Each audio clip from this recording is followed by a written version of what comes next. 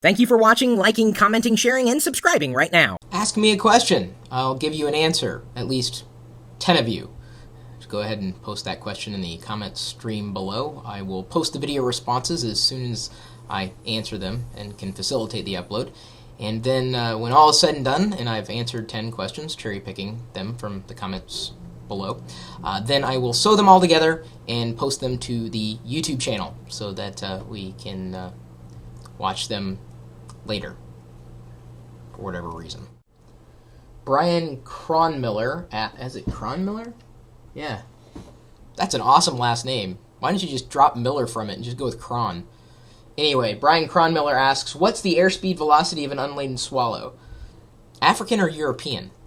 From the Facebook comment thread asking for questions, Facebook fan page, facebook.com/Chris Pirillo.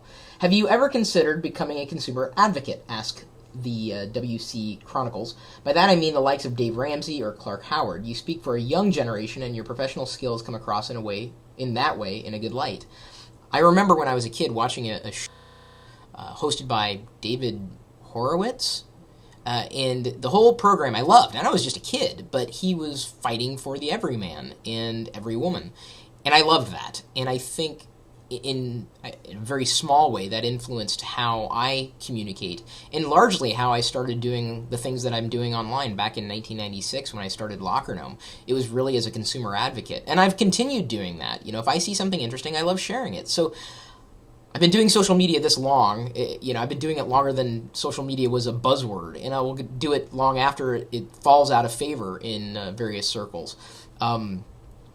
Consumer advocacy very much, is, I think, core to who I am in the consumer space specifically. And of course, I've discovered that also translates well when I work with enterprise, and surprisingly well. I have an insane curiosity that is never satiated.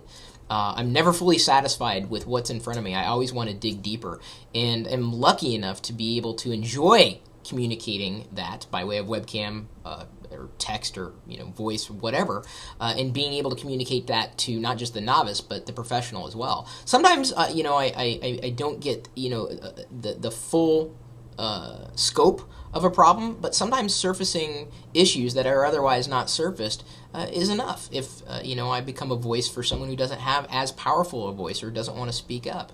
So absolutely, I would certainly consider becoming a consumer advocate. I've been doing that in the tech space for years, offering advice to companies who ask for it frequently enough. You wonder how I make my money. That's part of how I'm able to record webcam videos and spend time refreshing my Google Plus page and sharing animated GIFs.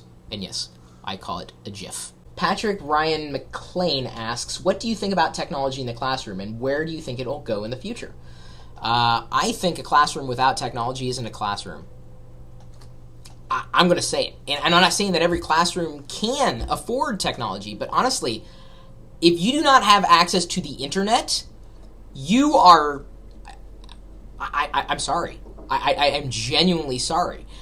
You cannot effectively communicate with others anymore without some kind of internet connection.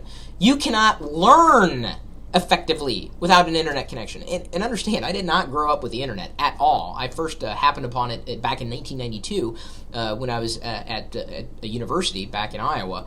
UNI, University of Northern Iowa.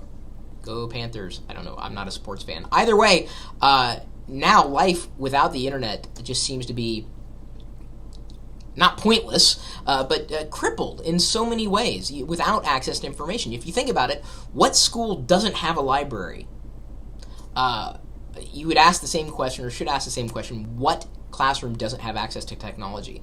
And if it's that the teacher is afraid of it, that teacher's not doing their students any favors. And I think the future classroom is going to be more virtual than it is physical. In fact, I would say that a lot of classrooms are these days. Still a little strange, but ultimately, I think students are better served in seeking knowledge and learning by way of some kind of internet connection and a guidance. A person in attendance, whether they're a teacher or a proctor or whatever.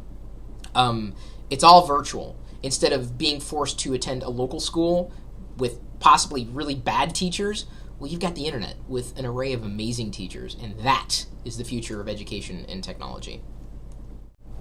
Sean Callahan asks, were you ever a programmer? 20 go to 10. Chris Jones asks, where do you buy most of your stuff online? Amazon. Rodrigo Torres asks, what do you think about Mexican food? I love it. John Anderson, who happens to be a 16-year-old, writes that, like most people in the world, I want to be very successful in life. I know that to achieve this, one must not sit on their ass playing Call of Duty all day long. Success is achieved by hard work and motivation. Would you agree?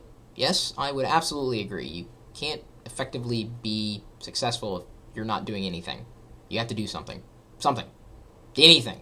Productive. Something that's right? Not just yourself. I mean, sure, attaining some amount of achievements is gratifying, but can you do anything with it? Got to answer that question. Either way, he continues to write, Chris, you seem to be a very successful man and a powerful man on the internet to some people. I don't know who those people are, but thank you. I'm not.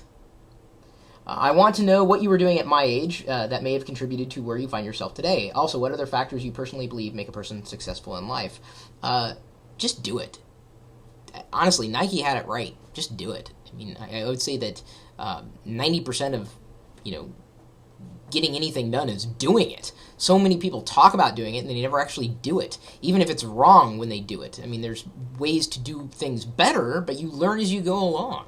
When I was 16, I was probably in the same state as you. I'm not the same, state in America if you're from America, but I was a kid. Didn't have much of a social life. Not to say that you have to be antisocial to be successful, although it seems that if we look at all the people who are successful today in terms of finances, they were all antisocial. So maybe there's something to that. Don't make any friends. Stay at home. Julio Sanchez asks, do you think Google Plus could compete against Facebook? Could it? I think you mean to ask, will it? Does it? It is.